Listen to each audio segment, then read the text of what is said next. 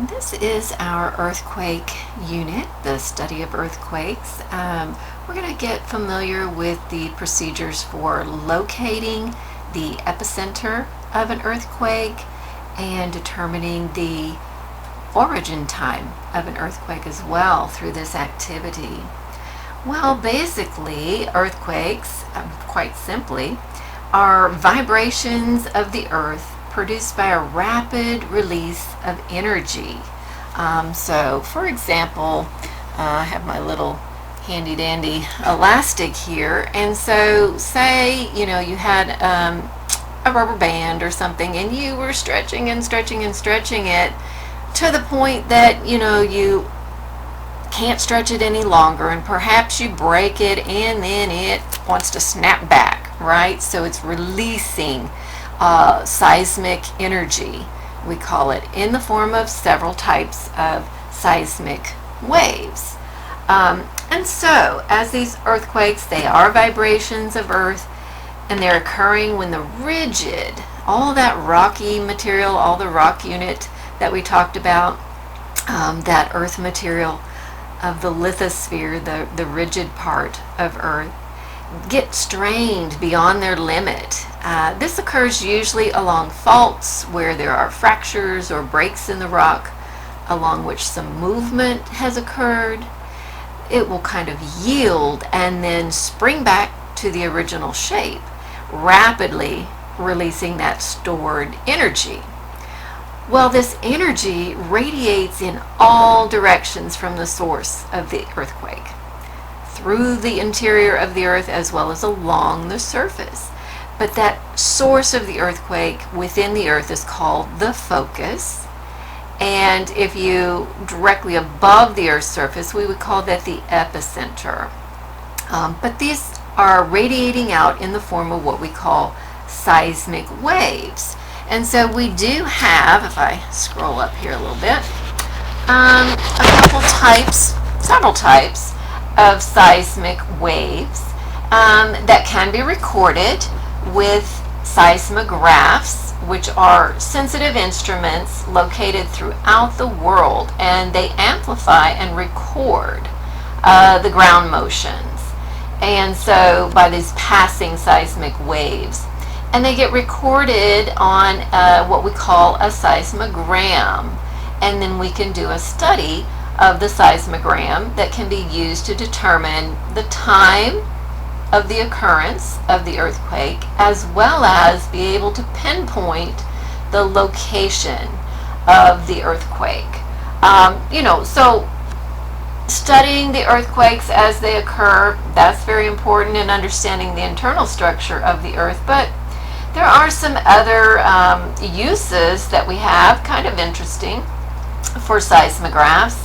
They can be used in reconstructing human catastrophes, such as, sometimes we get airline crashes, and they can help us with that. Things like pipeline explosions, perhaps some mining disasters, but they can be very useful for other purposes in just bettering our understanding also of Earth's interior structure. So besides just studying the actual earthquake episodes. So seismograms are going to reveal to us that there are two main types of seismic waves that are generated by that slippage of rock mass. One wave travels around the outer layer of the earth. These are called the surface waves, or the L waves, abbreviated L or love waves. But those are the surface waves, named for the person that discovered them, A.E.H. Love, who discovered those. Now, we're actually going to be omitting the information about the L waves, and we're just going to focus primarily in on the two types of body waves. So the body waves get further subdivided into two types. One is called the P wave, or the primary waves. These are the ones that travel fastest and are compressional or push-pull type waves. Think of P, pressure or push-pull. So they're compressional. A nice example of that would be, say you had a slinky. I didn't have mine with me, but a slinky, and if you've ever played with one, and you pull it apart and then you push it together, you can kind of see, if you do a rapid push-pull on it, you can see the propagation of the energy wave that goes through it. So a push-pull type of a wave. The S waves are secondary, meaning they travel more slowly than the P waves and are perpendicular or side to side. Think maybe shaking with that if you need another S word for this. But they're side to side, and so a shaking kind of a motion with these types of waves. And so we'll basically be working with the P and the S waves in our little workout that we're going to be doing here. The next thing they talk about are these time travel curves, and we do have that in figure 16.1 on our next page. We'll kind of look at it briefly here.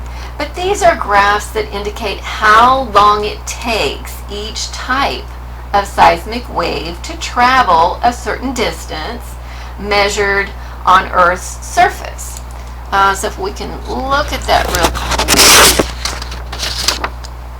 These are what we call the travel time curves, and we will be utilizing these quite frequently. But as you can see here, this curve pertains to the P waves. If we go up a little further, this is the curve for the S waves, seismic waves, and this one way up here continues kind of up here. That is the L wave, the love waves. So we can actually just obliterate or cross that one out so you don't get confused, but we won't be using the L waves. We'll focus in on the P and the S waves. And so let's just look at this a little more closely so we can see all the information we have on it. Across the bottom, you'll notice distance in miles. Okay, so we have a nice little graph here that does depict the miles. I believe they're going by each little calibration mark is 100 miles on here as you go across the bottom. Okay, and in the vertical axis we have time in minutes. Okay, and so these are going by twos here, so 1.2, 1.4, 1.6, 1.8, and then 2 minutes. So we have distance across the horizontal axis and time in minutes on the vertical axis of our travel time curves. Okay, and we'll come back to this as part of a procedure that we'll use.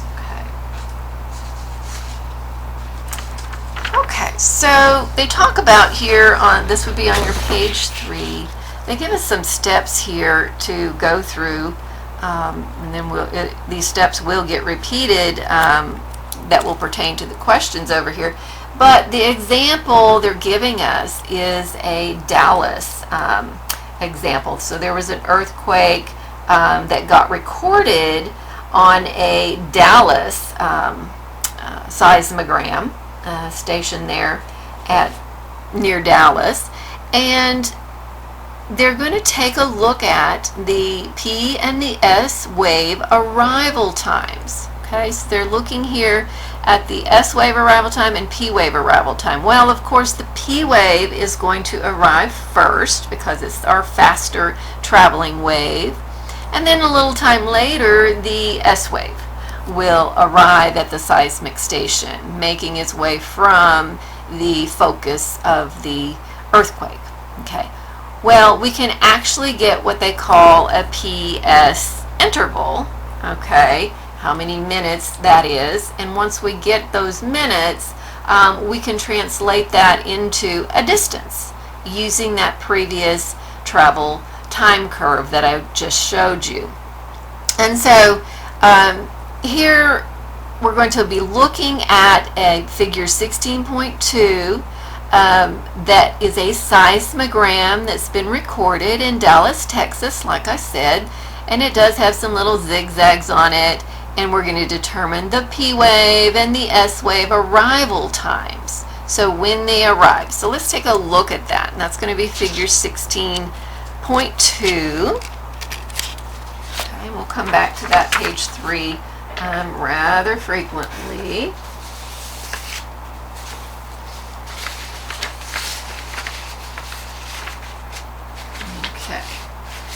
Okay, coming up here, this is the one we want to look at, the figure 16.2 there. All right, so what they're asking us to do here is find the arrival times, okay, and they do describe it down in here. But what we would do, we'd need our ruler, and if you notice, you're coming along, you have a little background motion, so this lower little tiny spikes are sort of just background motion in the ground. Then all of a sudden you get a bigger little zigzag, a bigger peak. That, as the drum is rolling across the paper, that is the first little amplitude that we see. That would indicate the arrival of the P wave, okay, the primary waves, the faster traveling waves, okay. And so they'll do some push-pull kind of compression and energy release, and so that gets recorded on the paper, the seismogram paper.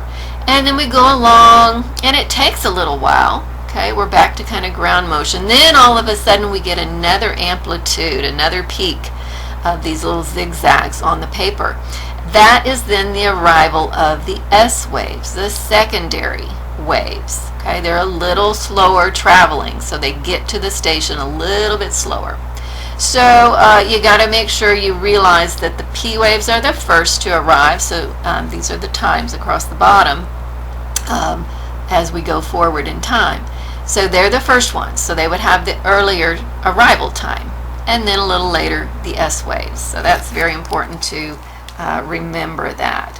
Okay, so basically we take the first peak and you just kind of want to dissect it. Okay, here. What's the best way to do this? Probably like this. And extrapolate a little line down, or just take a look across the bottom of your scale. Oh, there's a huge glare on that. I'm sorry about that. Maybe. Yeah, take away that big glare there.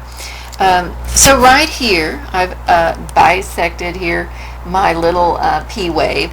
And I'm going down to the scale across the bottom, which is time, as we go through time. So here we're starting 806, right? And here's 807. And then this one's 808. So we know it was 808, but we're going to take these to the nearest tenth of a minute. So approximately this would be 808.3. I'm sorry, maybe 808.2, but they came up with 808.2. But we have to estimate, because we really don't have a lot of little division marks here. We know halfway would be 808.5, so we do have to estimate. So they came up with 808.2 for their value of the arrival of the P wave. Okay? And then we would do this again for the arrival of the S wave. Just kind of dissect it down the middle of that peak. Make sure we've got a nice alignment of our ruler. And come down to the time scale across the bottom. So if this is 810, okay, this would be 811. Right, and the next line would be 812. So we're somewhere after 811. Okay, and I believe they estimated that this would be 811.3 on their scale here. I think that's what they said. Yeah, 811.3. So this is how you determine the arrival times of the P and the S waves from your seismogram. Okay, and then we will take our arrival times and calculate what we call a PS interval. Okay, so let me put this in here for our Dallas information.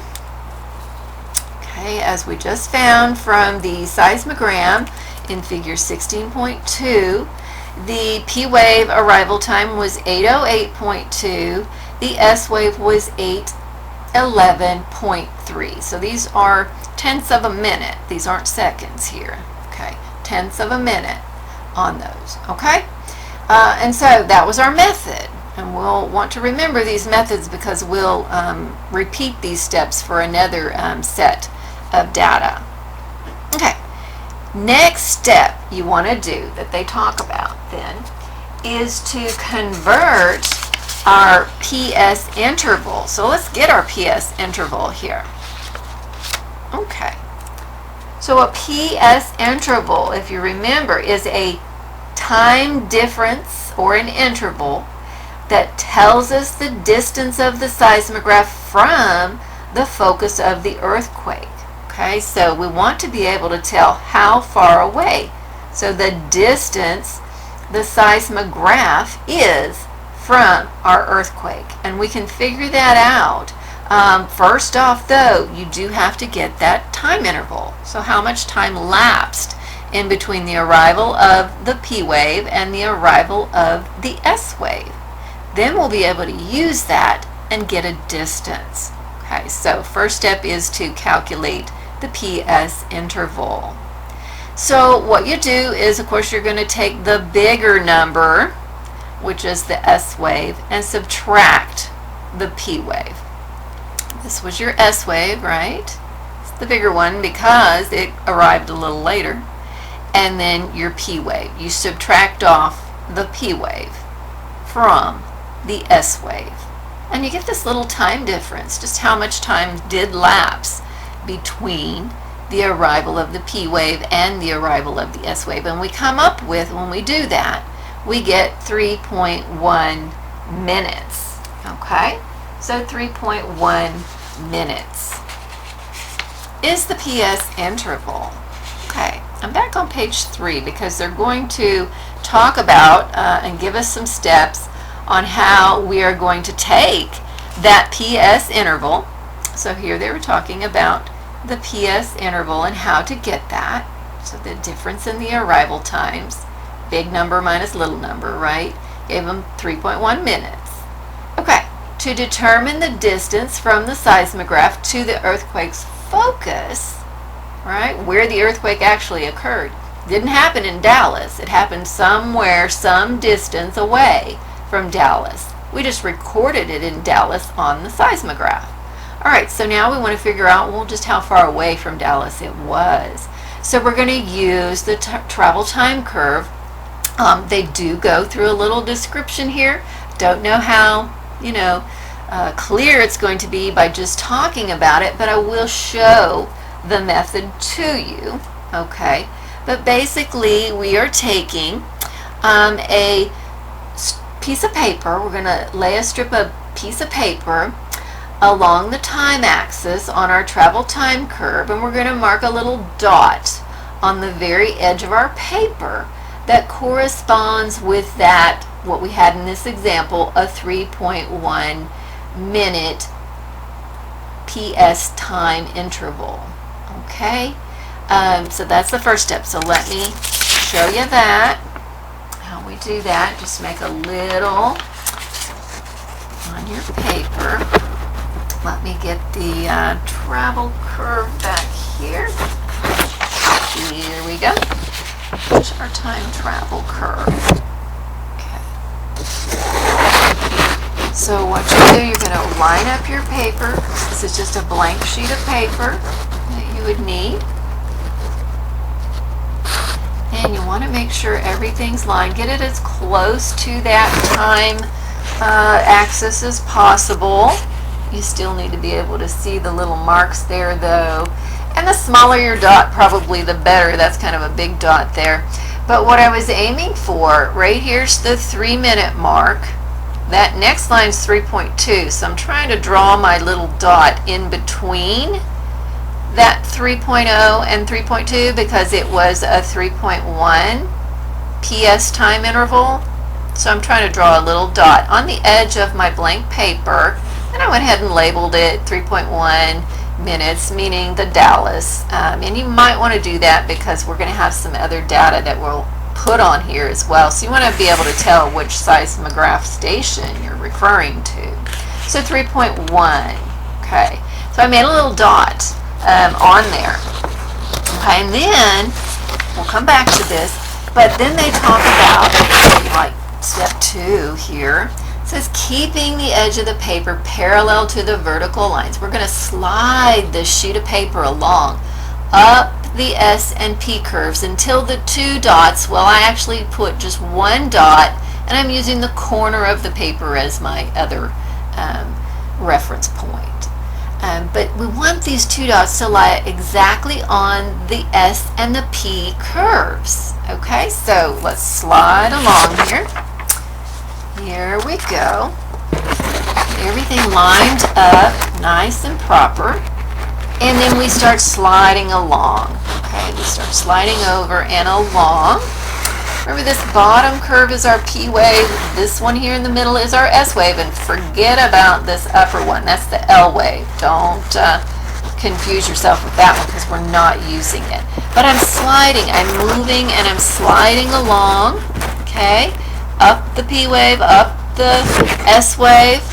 I'm getting the corner, when they do match up, the corner on the P wave, the dot on the S wave. When I have slid that over far enough, I started here and I worked my way across until the corner of the paper is on the P wave and my dot is on my S wave. And so when I go over far enough for those to exactly match up, and you do need to keep your paper nice and straight when you do this. So make sure, you might have to wiggle it back and forth to make sure you're, on the grid and lined up. So your dot is on the S wave, S curve, and your corner of your paper on the P wave. That then is, you've gone far enough over, and now you will want to come down to the distance line. So try to keep everything straight. Okay, with that. Use a little straight edge here, like I'm trying to use my ruler here to keep my paper and everything straight. But basically, that ends up coming down and ending up right on the 1,000 miles. Okay, and once everything's nice and straight, you can actually draw a line there if you wanted to, or just look at it. And it is on that line right at 1,000 miles. Okay, so see how we took the PS interval, right, and translated that and converted it into distance. So we know from our travel time curve and our PS interval that the earthquake, the focus of the earthquake was 1,000 miles away from Dallas. That's how we found the distance. Okay. Think about that for just a moment.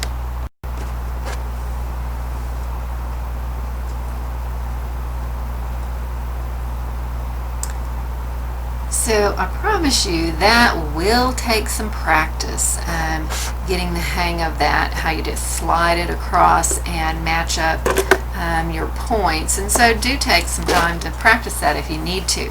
But what we were able to arrive at, again, 1,000 miles for our distance using that PS interval. Okay. So looking on our little bit of data we're collecting here for this one, the distance between the seismograph at Dallas and the earthquake's epicenter we've determined is 1,000 miles from Dallas. And that's all we know. We don't really know the direction with just one seismographic station. But we can get a radius of 1,000 miles around Dallas. Somewhere around that radius, the earthquake occurred. And so what we'll interject here now is the map of the Earth. Okay, so I've got the map of the Earth. You can get that oriented right for you. This will be your page 5 in your handout. Now it doesn't really go through the directions of this, but I do want to interject it here because we will be doing this with the next set of data, next set of questions. So we'll come back to that. But here we are going to translate our 1,000 mile distance into a radius around our seismographic station.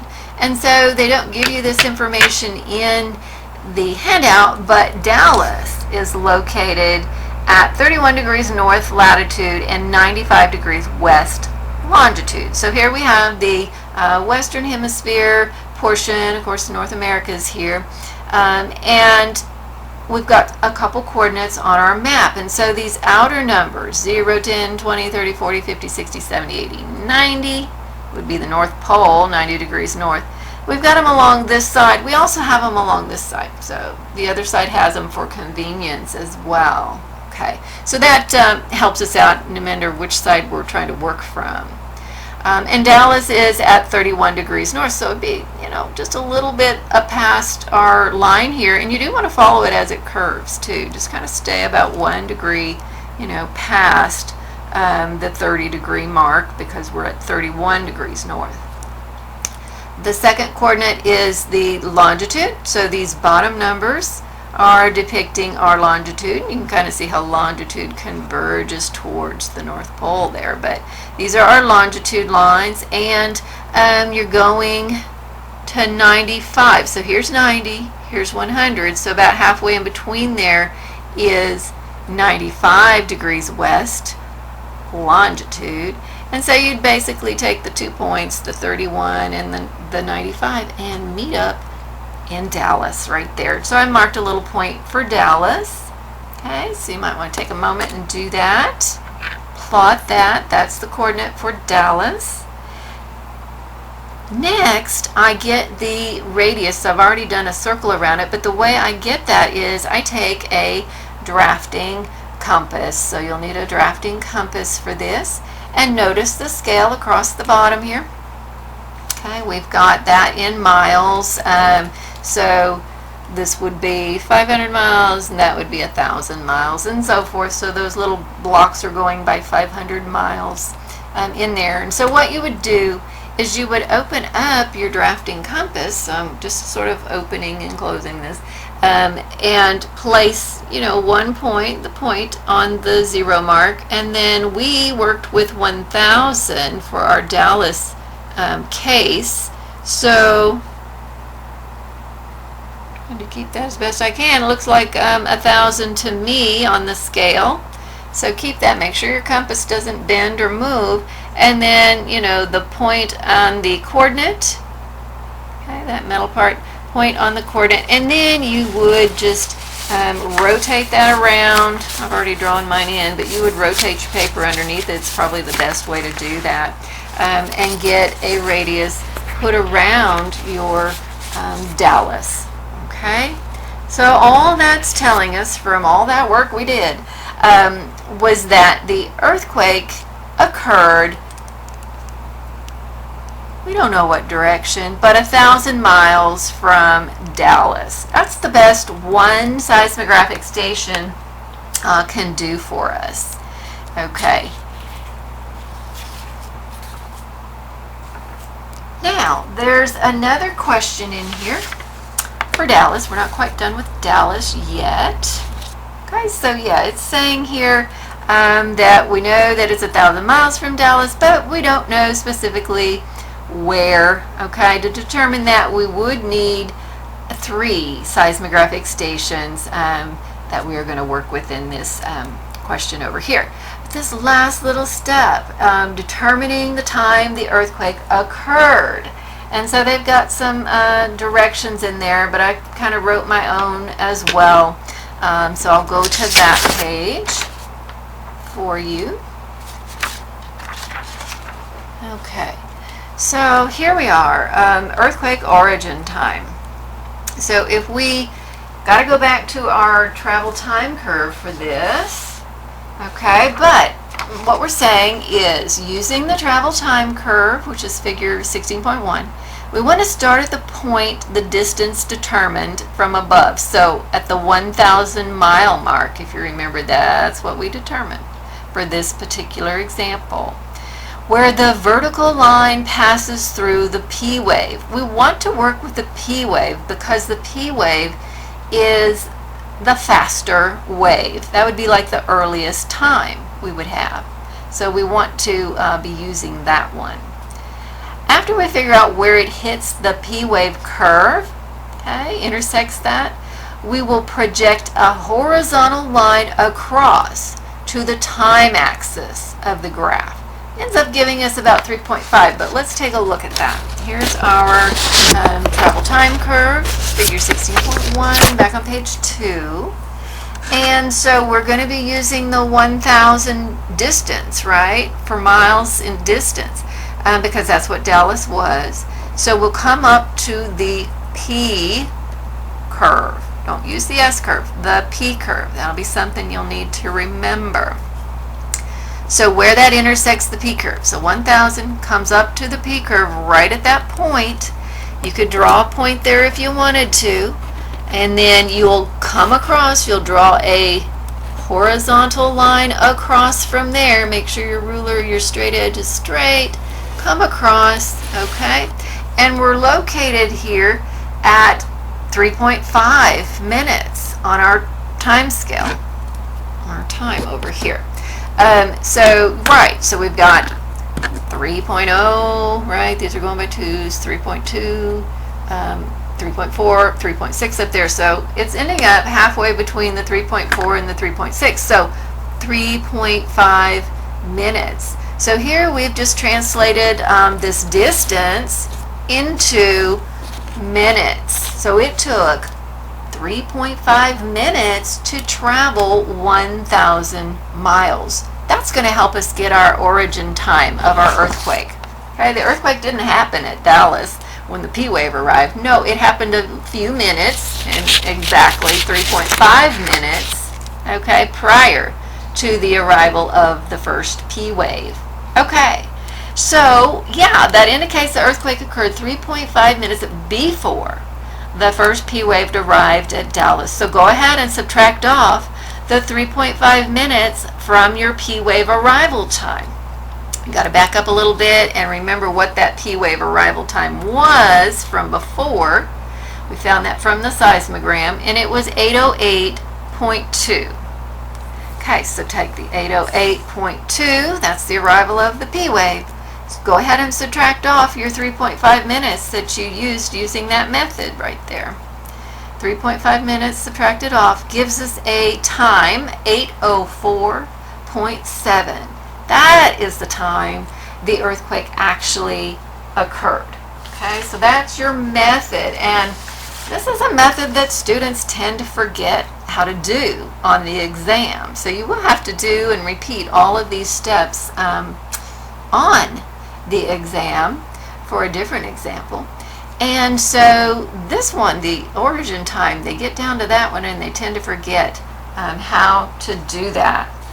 So you are taking the travel time curve. We'll just go over that one more time just for a quick review. Where does it, so you go your distance, where does it hit the P curve? Don't go up to the S, certainly don't use the L, we're not using L at all. Go up to the P curve, that's the fastest one, that's the earliest one, earliest time.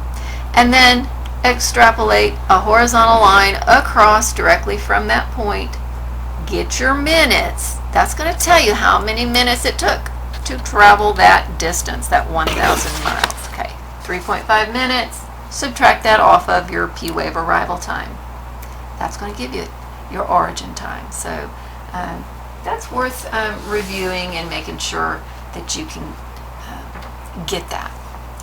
Okay, so that was our Dallas information. So I'm back on page 3. Now we want to start where we can actually use 3 seismographic stations and pinpoint where the epicenter of the earthquake is going to be located. So you do need 3 seismographic stations for this. in order to complete that. And so we'll be using the same method that we did for Dallas, but we're going to use it for 3 locations: Sitka, Alaska, Charlotte, North Carolina, and Honolulu, Hawaii. And so for those, they have the seismograms for each of those locations. Going to be on your page 4. See what they're going to have us do. They're going to have us get the P wave arrival time and the S wave arrival time for each of those using our seismograms. And then go ahead and calculate the PS interval. We'll subtract off the P wave in order to get that interval. Okay, so we're kind of repeating our steps we did with Dallas over here. So let's take a look at the page 4. This is figure 16.3 now. Okay, the bottom set here, you actually have 3 sets of seismographic waves going on. This is the Sitka information, this is Charlotte, and this is Honolulu. Okay, so as you go across here, notice how the time starts here and it increases this way.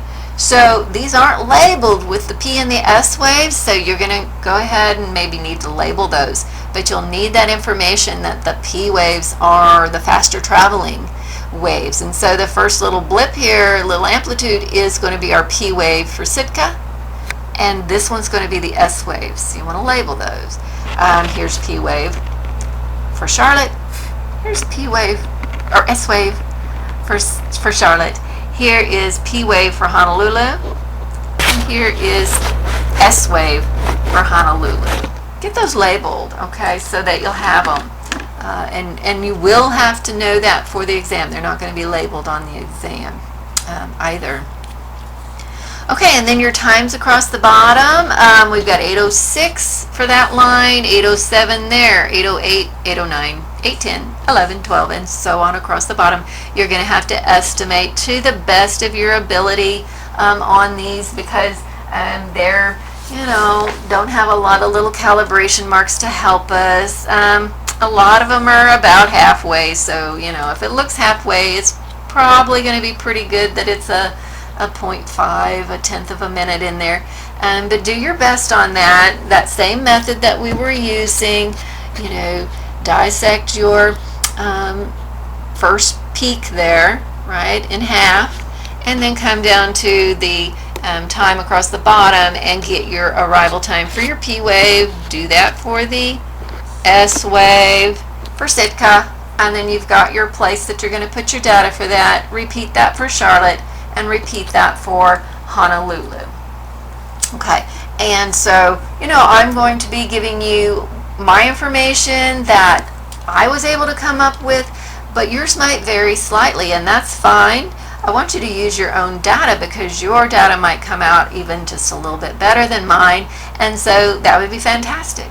So go ahead, run through those. If you need to pause, go ahead and pause the recording and get that set of data filled in on your page 3.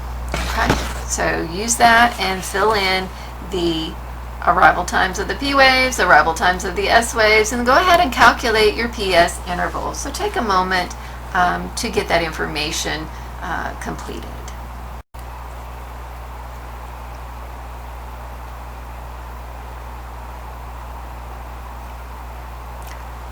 Hopefully you took some time to run through those and for yourself get the P wave, the S wave, and the interval. Took some time, paused the video for a moment to get that, but let's run through what I was able to come up with and see how that compares to what you came up with. We'll do a nice comparison here. Okay, so for the arrival times of the P and S waves and the intervals for Sitka, Alaska, I came up with 8:07.5 for the P wave arrival and 8:11.5 for the S wave arrival. So hopefully you came very close to that. Our tenth of a minute here can vary because we don't have a lot of calibration marks to help us, but it did look like it was about halfway between the you know, the 807 and the 808 on that one, the 11 and the 12 on this one to me. So that's what I came up with. For our PS interval, remember you're taking the S wave and subtracting off the P wave. So when you do that, I came up with a 4.0 minute PS interval for Sitka. Okay, let's look at Charlotte information. So for Charlotte, I came up with an 808.5 P wave arrival time and an 813.5 S wave arrival time. Okay, and then for the interval, we'll go ahead and remember you're taking the bigger number minus the smaller number. This is S wave, this is P wave. Subtract off your P wave. And so I came up with 5.0 minutes for a PS interval for Charlotte. Hopefully you came up pretty close to that. Give or take a little bit, it'd be fine. And then here we go, Honolulu, Hawaii, 809.5 for the P wave, 815.4 for the S wave. The interval, so there's your S wave, there's your P wave, subtract off P wave, 5.9 minutes. That one didn't look quite halfway, so I went with a 15.4 there on that one. So 5.9 minute PS interval. So our next step, if you recall, the next step is to translate our PS intervals. So if we get your data filled in there. For step 2 here is to get our distances from the PS interval. Right? Remember our method from Dallas, they're saying our steps for that, and I'll show you how we want to do that. But we do want to go through back to our travel time curve for this. So back on page 2, our handy dandy travel time curve for this. And remember the method is that you're going to be placing a small little dot on the edge of your paper. So I've got my blank paper. I've already got mine labeled, so you'll need to take some time to do this. But line that up real nice up against the edge here. Try to get everything nice and straight. And then we're going to just make a little dot and do label them so that you know which station you're dealing with. Okay, so do label them because we start to get a lot of information on here. So Sitka, if you remember, we came up with a PS interval of 4 minutes. I put a little dot there and labeled it Sitka. 5 minutes for the Charlotte, and then 5.9, so just shy of the 6 minute mark. Between the 5.8 and the 6.0, we put the Honolulu. Okay, a little dot, right?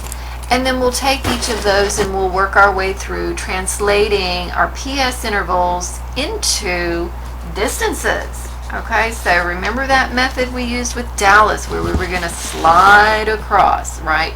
So of course we use the corner of our paper as one reference point. That we want that to be on the P wave, and we want to match it up first here for Sitka. Match that up on the S wave. When those two match up, then we have our distance from below here. So let's do Sitka and work our way across. So for Sitka, we keep it going. Remember, we're not using the L wave. We're just using the P wave and the S wave. Okay, so keep it working, keep it going until we can get our little Sitka lined up. Almost. And of course the paper's got to stay straight. I think I'm moving it a little bit, so maybe over just a hair here. Looking a little sideways at it. Okay, my paper's kind of curled up a bit too, but let's try that. And see, covering up my dots there. Everything's moving. Okay, I think that looks pretty good. So I've got the corner of the paper on the P wave and then the dot on my S wave, and so if I come down, extrapolate that down to my distance scale, I'm at about 1400 for Sitka. Okay, remember how these marks are going by 100s. And so if that's 1,500, the mark there, that's 1,400 miles for Sitka. Okay, so I found my distance for Sitka was 1,400 miles. We want to continue that. I want you to go ahead and do Charlotte using that same method. So since that's going to reach there, we're going to continue on over for Charlotte. Keep a sliding, okay, and keep it going up and over.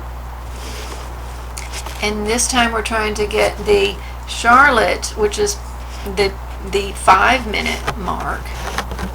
Trying to get those lined up and matched. So keep it going. You're going up and you're going over. Trying to keep your paper straight as you do that. And when they finally do match up, okay, you have to come over far enough and match up. Then we want to find out just where that hits. Okay, and so I think I'm coming up with about 2,000, kind of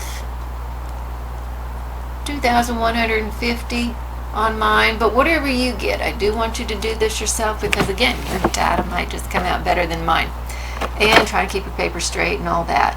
So that one's Charlotte, and then if we continued on over, now we got to hit that 5.9 with the Honolulu one. So we have to continue going over here.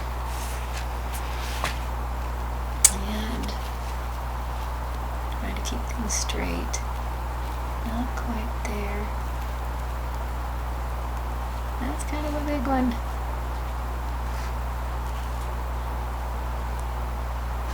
Okay, so I am getting about, it's kind of in between, 2,750, right about in there on that one. Of course, you'll be keeping everything straight and a little more parallel than I am with mine because I'm kind of doing this sideways. But go ahead, take a moment, pause if you need to, and calculate for yourself the distance that you're arriving at for Sitka, Charlotte, and Honolulu. Of course, using whatever you came up with over here. Don't necessarily have to use my data if that's not what you got. So use your own data. That's fantastic. And come up with your distances. Okay? And take a moment and complete those.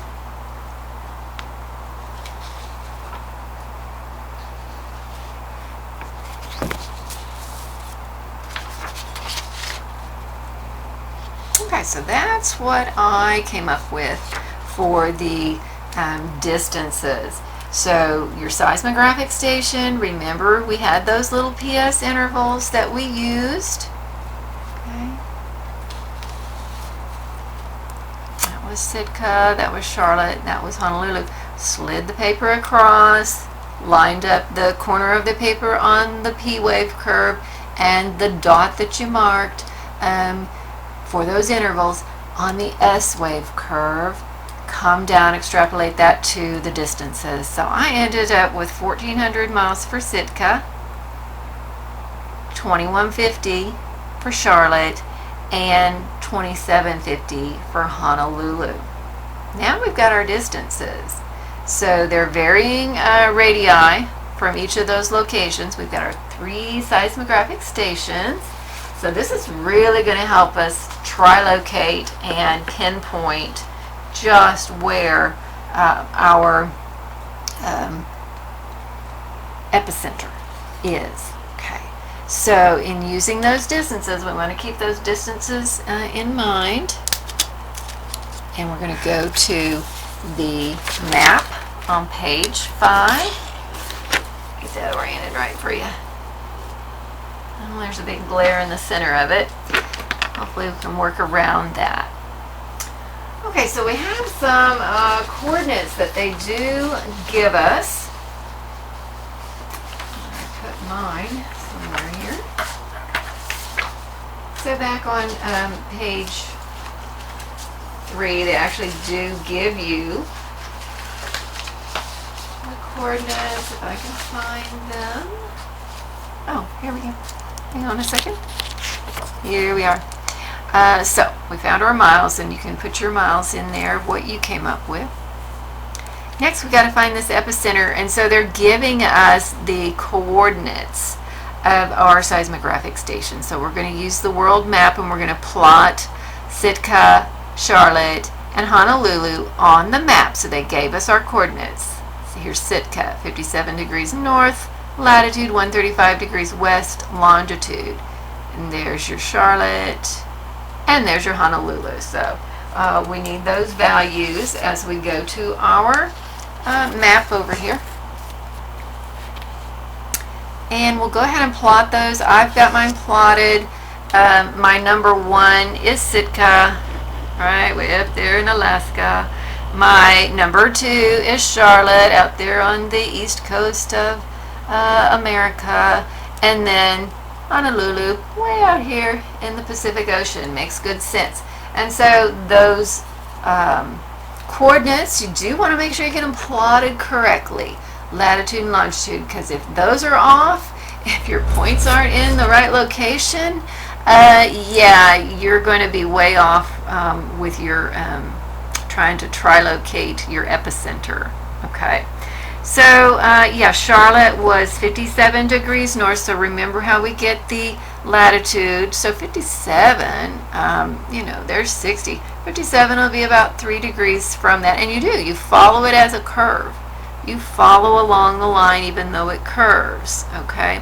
And then our longitude for Sitka was 135 west. So here's 130, here's 140, so halfway between. And go ahead and match up your points. And so I've plotted it right there. I've labeled it my number 1, meaning Sitka. You could write Sitka if you wanted to on yours. So plotting our points will be the first thing we want to do. Get that plotted. Now here's Charlotte. So Charlotte was 37. So here's 30 and here's 40. So right about there, about 3 degrees away from the 40. That's the Charlotte latitude. The Charlotte's longitude is 81 degrees west. So that's just going to go just a little bit past the 80 and connect up and draw your plot there. I've labeled it number 2 for Charlotte, North Carolina. Okay. And then Honolulu is 21 degrees north. So, I mean, you could start on this side as well if you needed to. 21 degrees. Right about there, just a little hair past, and follow the curve. Okay, follow the curve along. 21 degrees north, and then 158 degrees west. So just shy of the 160, right? A couple degrees. Okay, so right there, plotting the coordinate for Honolulu. And I've labeled it number 3 for Honolulu on mine, instead of writing out the name. But you could write out the name if you wanted to. Okay, so those distances that we came up with, I'll do mine, but if you've got a different value for your distance, please use them, because yours, again, may come out better than mine. I did okay. I did pretty darn good on mine, but it was a small little triangle, not exactly a point, so you could maybe do better. Okay, so for Sitka, which is our number 1 up here, we had a distance of 1,400. I had a distance of 1,400 miles. So using my little drafting compass, I'm going to open it up to 1,400. And again, each of those blocks are 500. So right now I've got it at like 1,500. So I want to back that up just a little bit, okay, to make that about 1,400. Okay, 1,400 miles for Sitka. And make sure that your compass doesn't, close up on you or move. Okay, so I just did a portion. Oh, I'm blocking it. There you go. I just did a portion of my circle, but you could certainly do the whole circle if you wanted to. Okay, I just did a portion that, I felt was going to be important there, so I didn't do it all.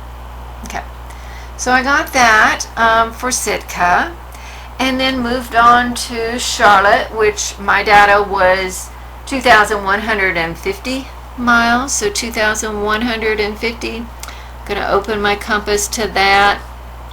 Oh, let's see. Halfway would be 2,500, 2,200. So 2,150. I'm going to put it right about like that. I'll get it over here on the zero a little bit better. Okay, and I use that for Charlotte. So you do have to make sure you know which plot you're using, because that's my Charlotte data. And so I can just kind of use that to mark out, and you know, you could go all the way around if you wanted to with that, but I just marked out a little portion where I felt like they were going to overlap, just enough of the arc to get the sense of it. So that was my Charlotte, North Carolina, using 2,150 miles. Honolulu, we had 2,750 from our data. So 2,750, well, there's 2,300, right? And this would be 2,500, so I need to go a little bit past that. Maybe about halfway there. 2,750. Okay, and that's my Honolulu over here. Okay, so I just kind of did a portion of it, okay, to mark that. My hand keeps getting in the way. And you can rotate the paper underneath that if you needed to. Okay, so I just did enough to where I would know that they would kind of all three overlap. So there's Sitka, there's Charlotte, and here's Honolulu. Okay, ideally, all three of those lines would intersect over a single point. Okay, mine, you can see, created a little triangle here. So it wasn't as great as it could be. Maybe yours did all three overlap, and that is superb. Okay, so if you do get a little tiny triangle like I did here, what we do is we estimate the center of that little triangle, and we get the coordinates, the latitude and the longitude for that. Okay, so I've kind of plotted the point where I'm estimating that's about the middle of my triangle that I made. And so if yours all three overlapped, use that point, that single point. All right, so what I found then is a latitude and a longitude for the epicenter of my earthquake here. And for latitude, I found, well, that's pretty close to 40, but not quite. It's just shy of 40. So I came up with 39 degrees north latitude. And all right, for longitude, I'm coming down not quite to the 120, but it's a little closer to the 120 than the 110. So I'm estimating 118 degrees west. So 39 degrees north latitude and 118 degrees west. Longitude is what I'm arriving at for the coordinates of the epicenter of my earthquake. Okay, and so that is where we are going to write down here. I'll give you some directions back on page 3 for this. Remember, these were the coordinates of our stations. We used the drafting compass. We draw our circles around each station from those distances, right? And then we're trying to find the intersect at a single point. So if they do not quite intersect at a single point, we're finding the point that's kind of in the center of that, equidistance from the three edges of the circle. So that's what I had to do, right? Maybe you did better. Maybe you got a single point. That's just superb. And so hopefully yours will be close to this, though. It should be in the ballpark of this.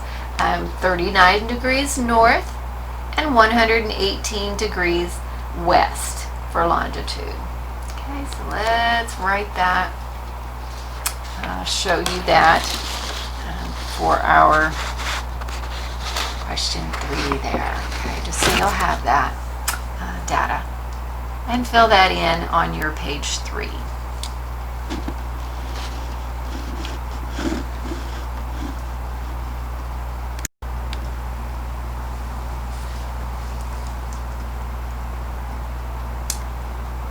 Okay, so that was the answer for the epicenter of the earthquake. But recall that there is one more step, one more thing that we need to remember how to do. And that is this number 4 down here. What is the origin time of the earthquake? At what time did the earthquake occur, in other words? So if you recall that from what we did with the Dallas example, you have to use the data. Now we actually have 3 choices to use on this, but I would like for us to use our Sitka information, but we want to use our Sitka distance. And if you remember, that was 1,400 miles. So we're going to take that 1,400 miles and go back to the wonderful travel time curve, okay, and use this to translate that into minutes. So like, how many minutes did it take to travel those 1,400 miles? And so for that, you go to your distance across the bottom. So for Sitka, that is 1,400, right? And you'll come up to where it intersects the P wave curve. Not the S, but the P wave curve, because that's our earliest arrival time, the P wave. So you will take that, make a note of where it intersects the P curve, and then we want to come across here with a straight edge of some sort and go over to our time axis and see where that intersects. So we've got 4.6 minutes for our Sitka example. Okay, so 4.6. Let's go back to that information. Bottom here, so that we can come up with the arrival time of our earthquake. So here we are, going across some information for number 4. We wanted to use the distance of Sitka, 1,400 miles. We passed a vertical line through the P wave, that travel time curve on our figure. We just looked at that. And then we projected a horizontal line across to the time axis of the graph, and that gave us the 4.6 minutes. So the earthquake occurred 4.6 minutes before the P wave arrival time at Sitka. And that P wave arrival time at Sitka, if we came way back up here towards the top, if you recall, the P wave was 807.5 at Sitka. So we'll use that, 807.5, that's what I've got here. And go ahead and subtract off our 4.6 minutes that we got from translating that distance into minutes, 4.6 minutes. So this gives us a time, it's a little hard to see there, of 802.9 for the origin time of our earthquake using our data. You really could do this with any of these distances, but just to be consistent, I wanted everybody to use the Sitka data. So yes, that actually finishes the questions there, because we will be omitting the number 5 here about the L waves. Remember, we were omitting the L wave information on this. So we got through questions 1 through 4 involving the 3 seismographic stations with our method. And so this is a great way to review those methods by taking a look at what they're asking step by step here for each of these 4 questions. This is something that you will need to be able to do for the exam information. We have one more section to this that is involving the Richter scale. Wonderful Richter scale for magnitude of our earthquakes. And so On this, we're going to be taking a look at just what the Richter scale can tell us. It is a scale of earthquake magnitude that is based on the motion of a seismograph. So all these seismograms we've been looking at coming from the instrument, the seismograph, and then it gets translated onto our scale describing the magnitude of an earthquake. So it's really, the magnitude is determined by measuring the amplitude of that largest peak or that largest wave recorded on the seismogram, and taking into consideration the distance away from the focus of the earthquake. So you do see distance in here in kilometers.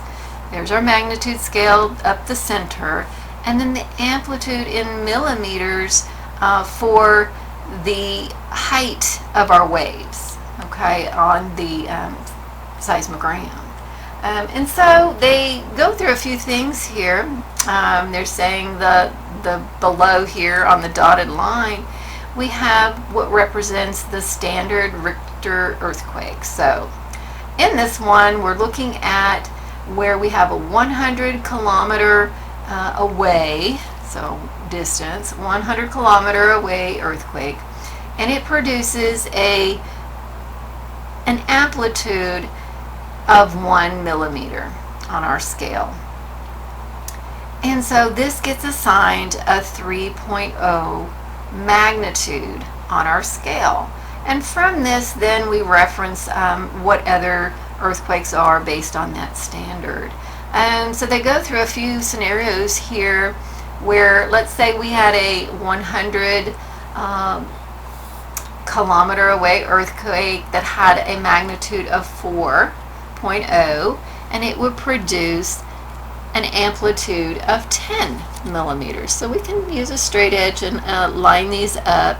So they were referring to a 100 kilometer distance and a 4.0 magnitude. So what I'm doing is I'm lining up my straight edge across those values. So there's the distance, the 4.0 magnitude, and what it would reach would be a 10 millimeter amplitude on our Richter scale here, okay? Then they take you through another scenario, which, let's say we went to a magnitude of 5 up here, what that would do to the amplitude, the little peak on our seismogram, the amplitude of our wave. And so if we did that, I'm still at 100, but I'm going up to the 5 here. Okay, going through the, make sure everything's aligned properly. Looking a little sideways here at it. So there's the 5.0, trying to go through that. I'm on the 100 still. And drawing a line through that if you wanted to. But notice how that amplitude, just from that one unit, from 4 to 5 on our Richter scale, that makes the amplitude of the wave go up to 100 millimeters.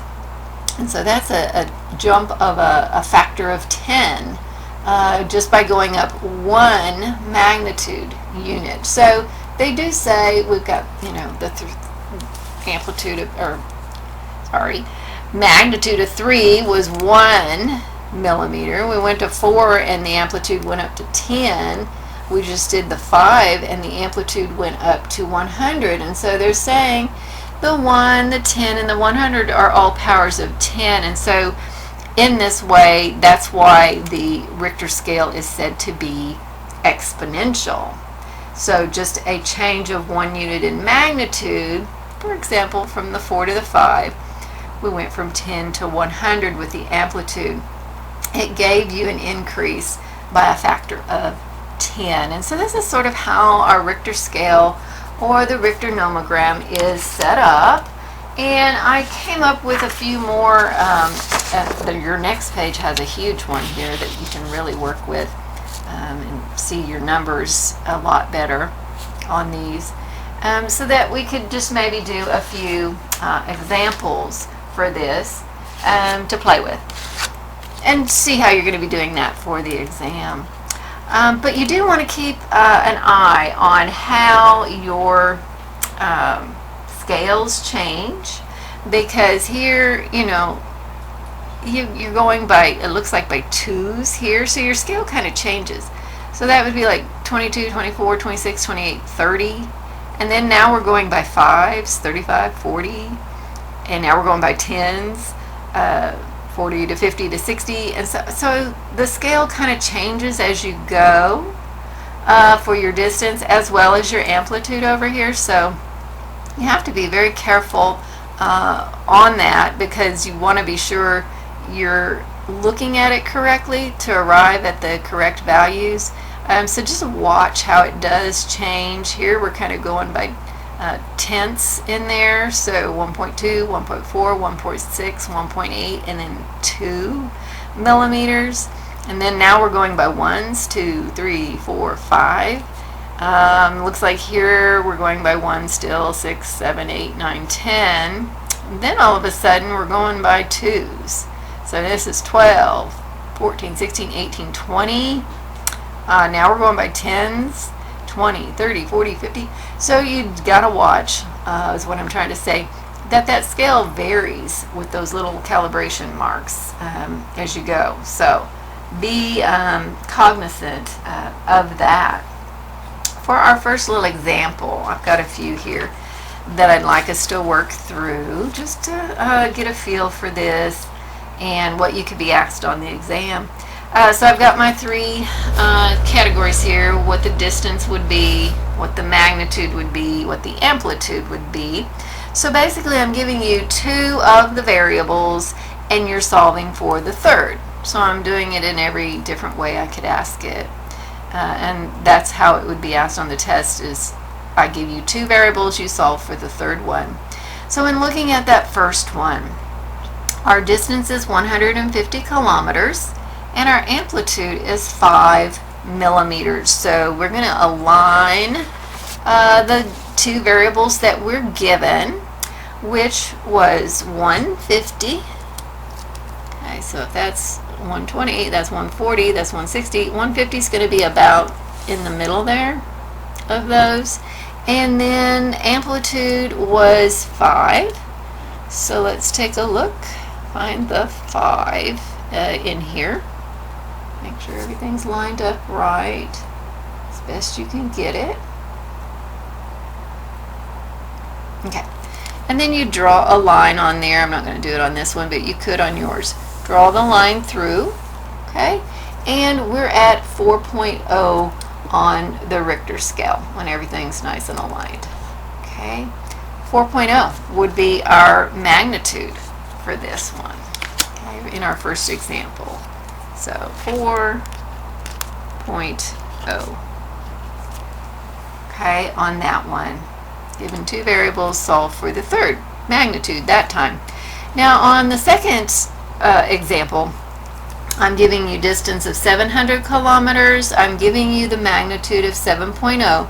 So we're going to solve for the amplitude on this one.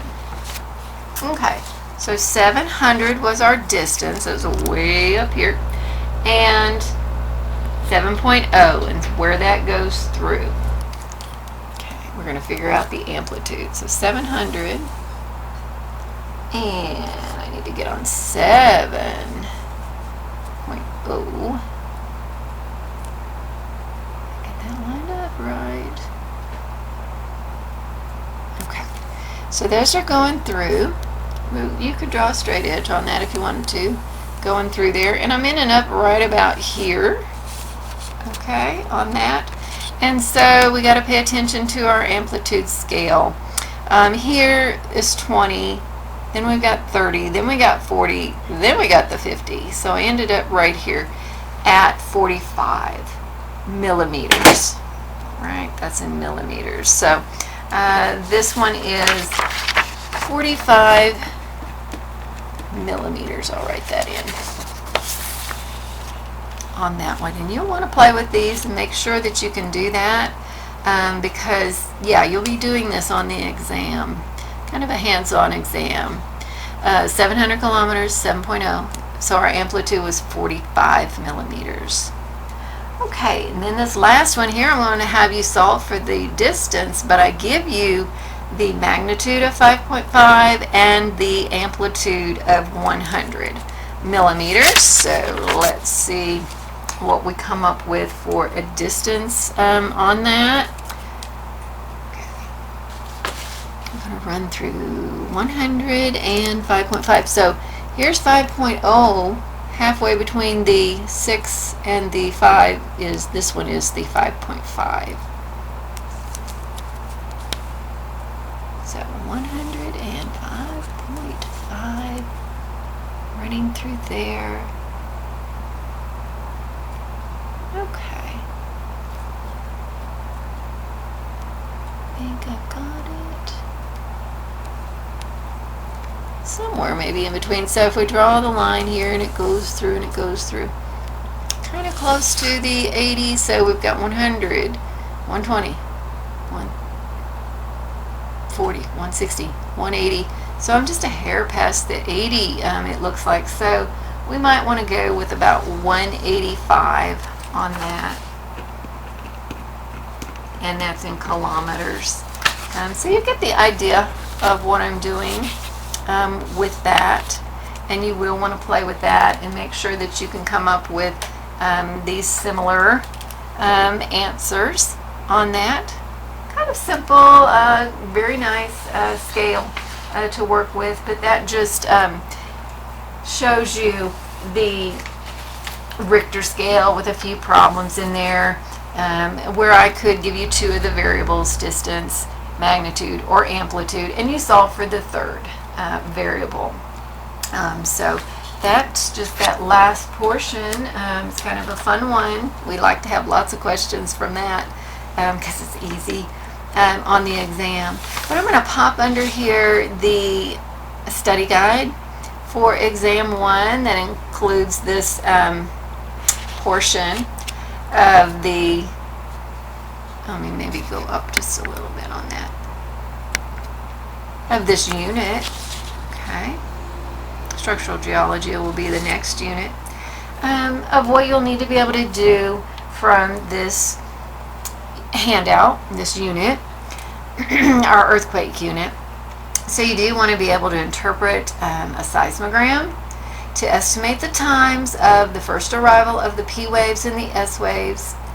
And so you'll have your seismogram, and you've got to remember that the P waves arrive first and then the S waves. So the P waves are always the earlier time and the S waves arrive a little bit later. From that, you'll subtract off the P wave, right? You'll take your S wave and subtract off the P wave value, and that will leave you so many minutes for a PS interval. And we will do that to the 10th of a minute. Now on the exam, my seismograms will have extra little marks on them so that you can get to the 10th of the minute very nicely. We won't have to have a big guessing game on that like we did with ours in our handout. So that'll be much more accurate on the exam. Hey, that's like our first couple steps that we worked with. And then here, determine the distance from the epicenter of an earthquake using PS interval and travel time curves using the method described in the handout. So we went through several things to get that. In order to get your distances from your PS interval, remember you had to draw a little dot on a blank paper, go to the travel time curve, and work your way across and up until you reached the matching point for the bottom of the page, that corner of the page, and the dot, okay, on your P and your S waves, all matched up. And then down below you would get the distance. So go back and review that portion if you're a little rusty on it. But that would give you a distance. From those distances then, you're going to take and plot out latitude, longitudes for the locations that I give you on your seismograph station. So there'll be 3 of them. And plot that out. Map on that Earth map, just like we did with latitude and longitude in our handout. That was page 5. And then we'll go ahead and translate those distances. Use your drafting compass, right? There's a distance margin across the bottom of the map. So whatever your distance was, you'll open up your drafting compass to that size and then mark that a radius around your plotted seismographic stations. After you've done 3 of them, all 3 of your stations, you should be able to get the epicenter of the earthquake. And so we want the latitude and the longitude of the epicenter of the earthquake. So there's quite a few little steps involved in this one bullet here.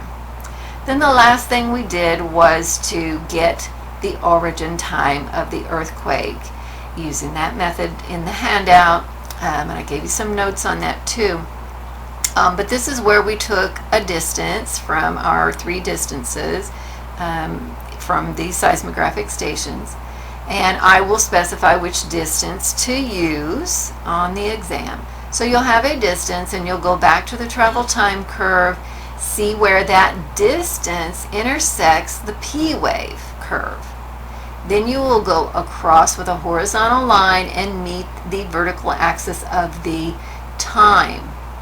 And then you'll figure out how many minutes it was to travel that particular distance.